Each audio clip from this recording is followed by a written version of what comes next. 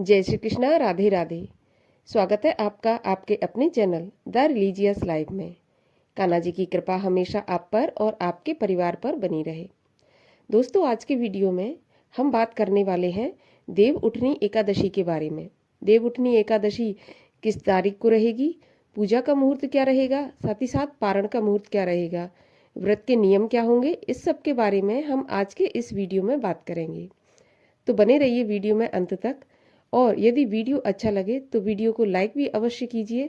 साथ ही साथ यदि आपको ऐसे वीडियो पसंद है तो चैनल को भी सब्सक्राइब कर लीजिए, क्योंकि हमारे चैनल पर आपको इसी प्रकार के वीडियो, साथ ही साथ जीवन में जो छोटी छोटी समस्याएं होती हैं, चाहे वो धन की समस्या हो या कर्ज की समस्या, संतान की समस्या, इससे संबंधित उपायों के बारे में जानकारी दी जाती है। तो चलिए आज के वीडियो में हम बात करते हैं देव उठनी एकादशी के बारे में। तो दोस्तों, साल में पूरी 24 एकादशी होती हैं।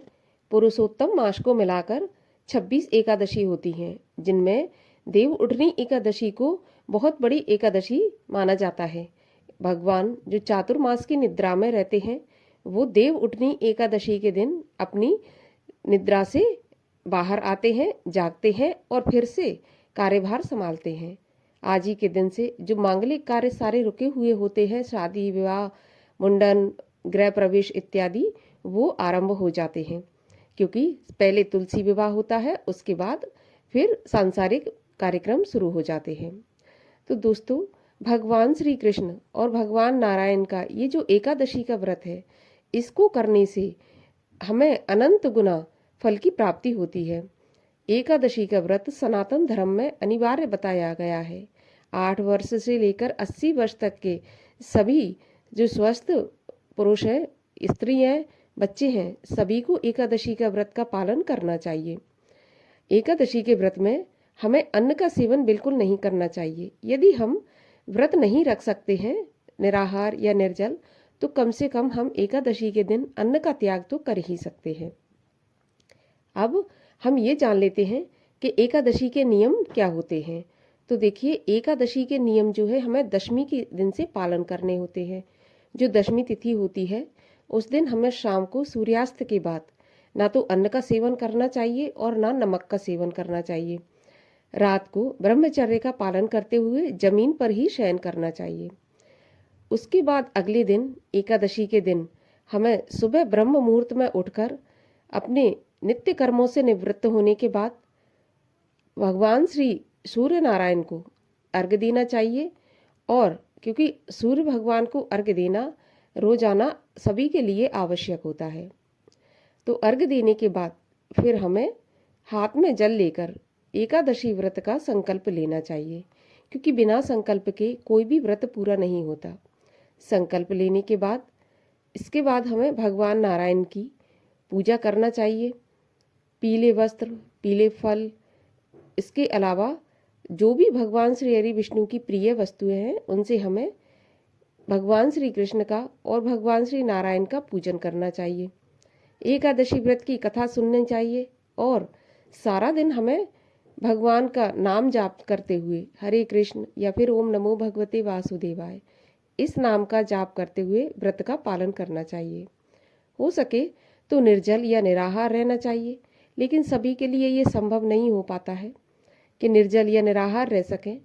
तो यदि आप, वैसे तो चाय कॉफ़ी भी पीना मना है, लेकिन नहीं रह सकते तो आप चाय कॉफ़ी या पानी इसके साथ व्रत रख सकते हैं।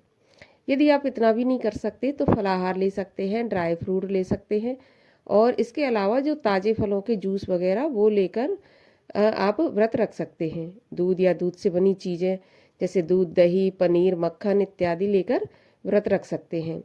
अच्छा, ऐसा कोई यदि आपको दिक्कत है कि आप बिना नमक के नहीं रह सकते, तो फिर एक समय आप जो उपवास का नमक आता है वो लेकर रखें, लेकिन एक चीज़ का विशेष ध्यान रखना है, अन्न का सेवन बिल्कुल भी नहीं करना है। क्योंकि एकादशी के दिन ब्रह्म हत्या जैसे महापाप, गौ हत्या जैसे महापाप अन्न में निवास करते हैं। तो जब हम अन्न का सेवन करते हैं तो स्वतः ही हम ब्रह्म हत्या, गौ हत्या के पाप के भागीदार बन जाते हैं। तो हमें कभी भी एकादशी के दिन, चाहे हम व्रत रखें या ना रखें, अन्न का सेवन तो बिल्कुल ही नहीं करना चाहिए। कोशिश करनी चाहिए कि परिवार में भी हम किसी को अन्न का सेवन न करने दें। तो इस प्रकार से एकादशी का जो व्रत है करना चाहिए। हो सके तो रात्रि में भगवान के समीप बैठकर भगवान का भजन करते हुए रात्रि जागरण करना चाहिए। यदि रात भर नहीं जाग सकते तो कम से कम मध्य रात्रि तक हमें अवश्य भगवान का भजन करते हुए जागना चाहिए। एकादशी के दिन ना तो महिलाओं को बाल धोना चाहिए, पुरुषों को भी अपने बाल नहीं कटवाना चाहिए, शेविंग वगैरह नहीं करनी चाहिए, नाखून नहीं काटने चाहिए। अब व्रत पूर्ण होने के बाद द्वादशी के दिन जो तय मुहूर्त होता है, मुहूर्त में ही व्रत का पारण करना चाहिए। व्रत का पारण करने से पहले हमें विधि विधान से भगवान का पूजन करके किसी ब्राह्मण को भोजन कराना चाहिए। अगर भोजन हम नहीं करा सकते तो कम से कम एक ब्राह्मण का भोजन अवश्य दान में दे देना चाहिए।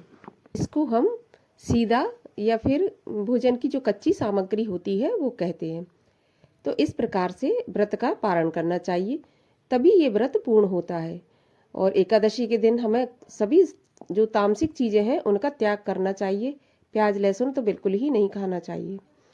तो चलिए अब हम ये जान लेते हैं कि एकादशी की तिथि कब आरंभ होगी, कब समाप्त होगी, व्रत कब रखा जाएगा और व्रत का पारण का मुहूर्त क्या रहेगा। तो देखिए, एकादशी तिथि आरंभ हो जाएगी 11 नवंबर की शाम 6:46 पर और समाप्त होगी 12 नवंबर की शाम को 4:04 पर। अब एकादशी 4:04 पर समाप्त हो रही है, तो तुलसी विवाह भी हम 12 नवंबर को कर सकते हैं। बहुत से जो भक्तजन हैं वो 13 नवंबर को भी करेंगे, लेकिन 12 को भी किया जा सकता है, क्योंकि देव उठनी एकादशी का व्रत 12 नवंबर दिन मंगलवार को ही रखा जाएगा। उसी दिन हमें शुद्ध एकादशी प्राप्त हो रही है। और एकादशी व्रत का जो पारण है वो 13 नवंबर बुधवार के दिन सुबह 6:42 से 8:51 तक रहेगा। तो इसी मुहूर्त में हमें पारण करना है। उम्मीद करती हूँ कि जानकारी आपको अच्छी लगी होगी। यदि अच्छी लगी हो तो वीडियो को लाइक अवश्य करिए, चैनल को सब्सक्राइब कर लीजिए। मैं मिलती हूँ आपसे अगले वीडियो में। तब तक के लिए हरे कृष्ण।